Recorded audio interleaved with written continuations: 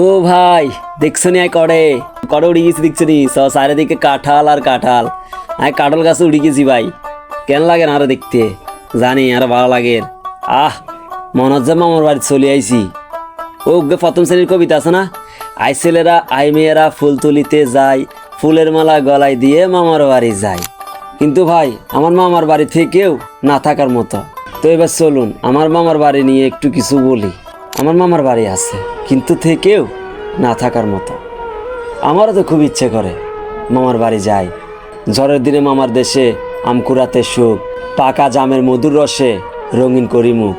কিন্তু ভাই তা আমি তো করতে পারি না। অনেকে দেখি ফেসবুকে ভিডিও করে, রিলস ছাড়ে। আজকে মামার বাড়িতে চলে আসলাম, জাম খাচ্ছি, আম খাচ্ছি, কাঁঠাল খাচ্ছি। আমারও খুব ইচ্ছে করতো, ইস আমিও যদি মামার বাড়ি যেতাম তাহলে আমিও এমন করতাম। মামা ভালোবেসে আম খাওয়াতো, কাঁঠাল খাওয়াতো, কত কিছু এনে দিত, উপহার দিত। আরে অনেকে দেখতাম কোনো পূজাতে গিয়ে মামার বাড়িতে যায়, তারা কত উপহার পায়। মামার বাড়ির উপহার তো দূরের কথা, মামার বাড়ি যেতে পারি না। এটা আমার কিসমত আর কি ভাই। আর যাদের মামা নেই তারা মামার বাড়ি যেতে কত আকুলতা, আর আমাদের মামা থেকে আমরা যেতে পারি না। যাই হোক ওই প্রসঙ্গ বাদ দেন। তো আমি এখন এখানে অন্য কারো গাছের মধ্যে আসলাম। আমি এই জায়গায় আমি কাজ করতে এসেছিলাম। তো এখানে দেখলাম একটা গাছ, কাঁঠাল গাছ, কাঁঠাল গাছে প্রচুর কাঁঠাল। তো আমি কাঁঠাল গাছে উঠে একটু ভিডিও করলাম আর কি ভাই। তো খুবই ভালো লাগতেছে, মনে হচ্ছে ক্ষণিকের জন্য আমি মামার বাড়িতে চলে আসলাম। তো রাতে আমি বাড়িতে এসে প্রচুর আনন্দিত হয়ে গেলাম, কারণ আমি কাঁঠালের কথা চিন্তা করেছি এবং কাঁঠাল দেখেছি, কাঁঠাল নিয়ে ভিডিও করেছি। কিন্তু বাড়িতে এসে দেখি আমার মা কাঁঠাল কিনেছে। রিজিক বলে না, রিজিক বলে একটা কথা আছে না, কার রিজিক কোথায়। যাই হোক না কেন, তো কাঁঠালটা নিয়ে আমি ভাবলাম আমি কাটবো। মাকে বলেছি আমি কাটবো কাঁঠালটা।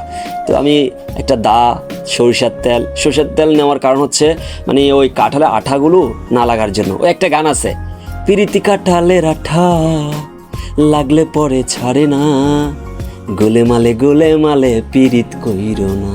কারা কারা করতেছেন একটু কমেন্টে করে জানাইয়েন তো।